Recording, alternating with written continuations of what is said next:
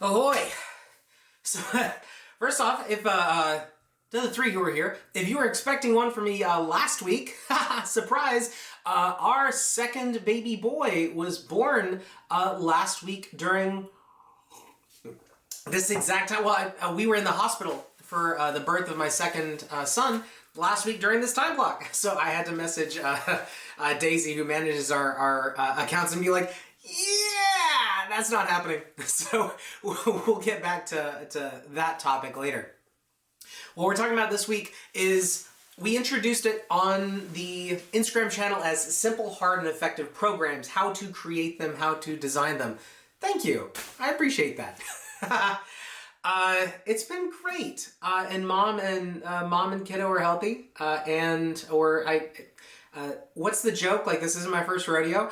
And then the follow-up is, well, 2 rodeos really isn't a lot to be an expert at, so we're still figuring things out, but I appreciate it. Yeah, 2 is definitely not the optimal amount of rodeos to be an expert at rodeos. But what we're going to be talking about today, simple, hard, effective programs.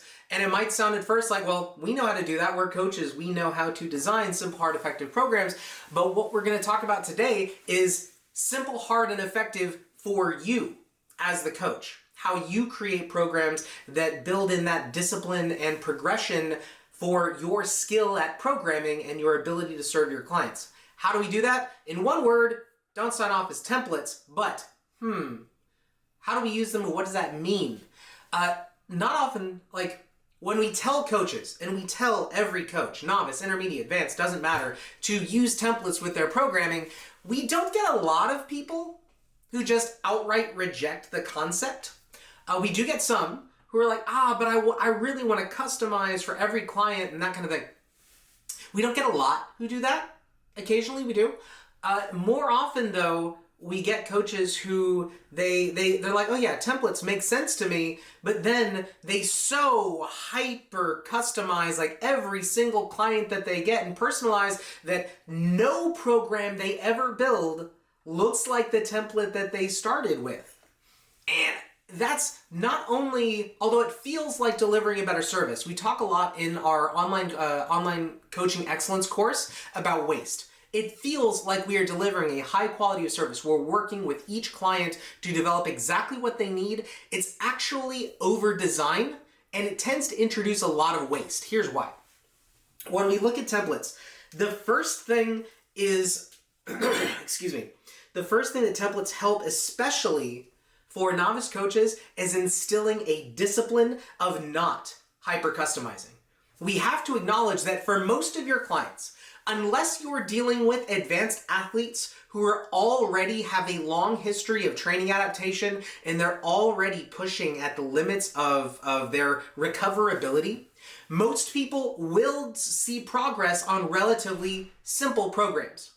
And we are more likely to screw it up by hyper customizing and throwing in like, oh, this person said they have like 45 minutes instead of 50 minutes in their workout. So I'm going to pull out one set here and make it a superset here. We're more likely to actually screw it up by hyper customizing that way than by sticking to a reasonably effective template from the start that works for most people similar to this person's demographic. We'll get to that here in a minute.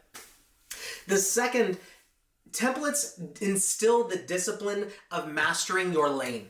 And what do I mean by that? This is especially true for novice coaches, in that if you have a template, if you have a program, for a lot of people, that is 5-3-1. That is the starting strength novice linear progression. They are the basic templates that we introduced in our tactical athlete program course to Air Force cadets, or sorry, not Air Force airmen who are working through those programs. Like, a lot of people have practice at executing these templates. And when you do, assuming you're a coach, you've been a lifter for years and years and years, you start to know what that progression looks like. These workouts are going to take 45 minutes at first. They're going to start feeling easy, and then they get heavy and heavy, and then there's that 2-week period of grind where you're like, oh my God, I hate my life. And then we're going to off-ramp into something else. You get a sense, and a visceral sense, for what that program felt like and looked like.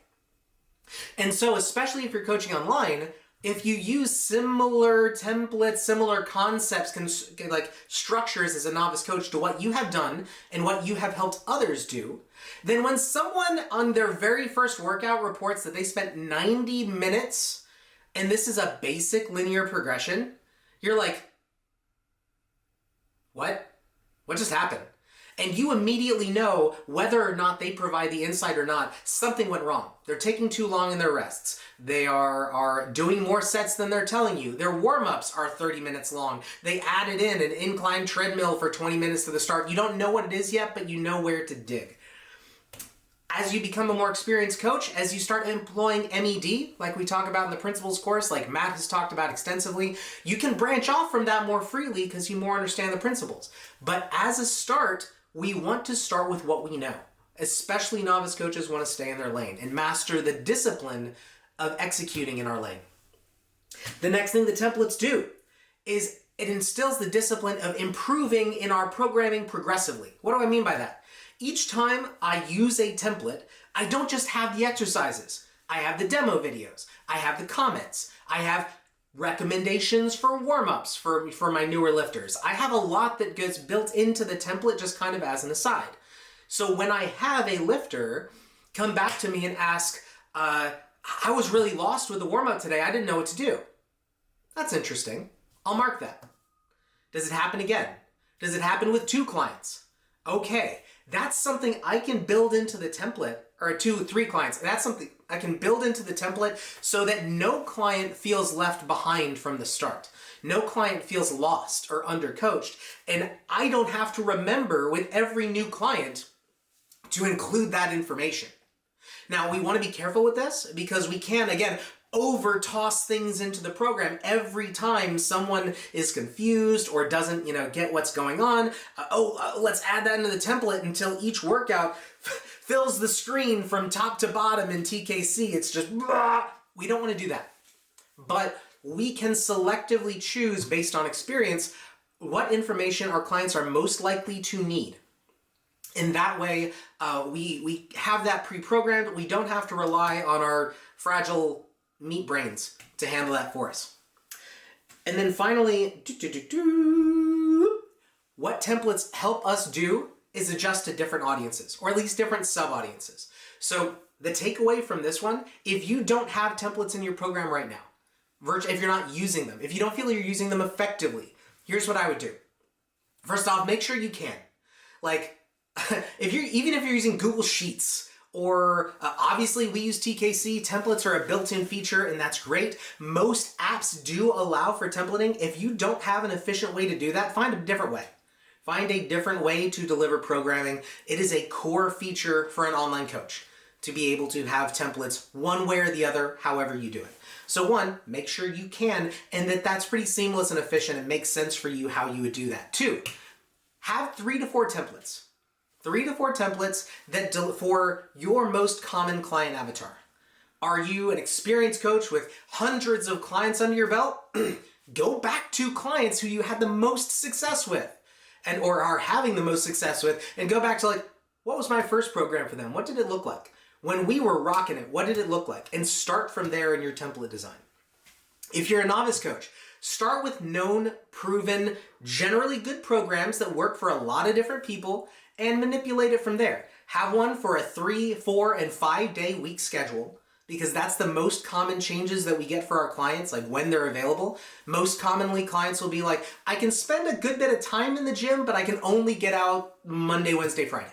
Or, coach, an hour is pushing it, but I'm pretty much free all week. Something like that.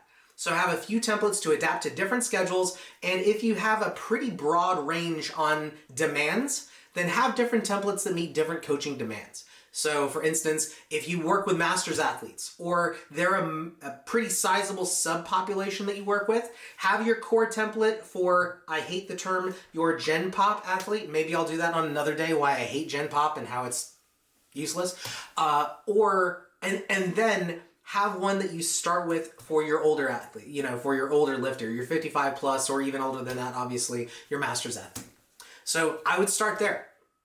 Make sure that you can do it seamlessly, easily to you. And make sure that that includes things like warm-ups. Anything that can be templated in a message that would go out with your program is fair game. Build 3 to 4, I would say today if you don't, because it's that critical, but build 3 to 4 for a range of constraints. We talk about in Coaching 101, the constraints are really what limited our clients, or what bound our programs, for a different set of constraints.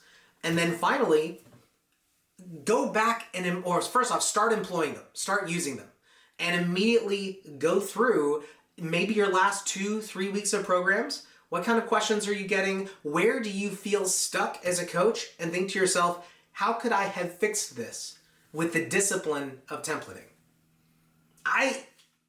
Sorry about that. That was a bit of a blur. Given our kiddo was born last Thursday, my head is still a bit of a blur, so I hope I didn't miss anything, but thank you all for coming. If you have any questions for me, you can message the Barbell Logic Academy Instagram channel. That's where you are right now. You can message me at CJ Gotcher, Instagram. That's my personal Instagram. If you're an Academy student, obviously message me in Slack. That is the best way. I'll get that fastest. I'm not on Instagram too much, so I check that, maybe once a day. And yeah, we'll get the full video posted on YouTube and highlights here on the Instagram channel. That is it for today. Thank you all, and I'll catch you next week out here.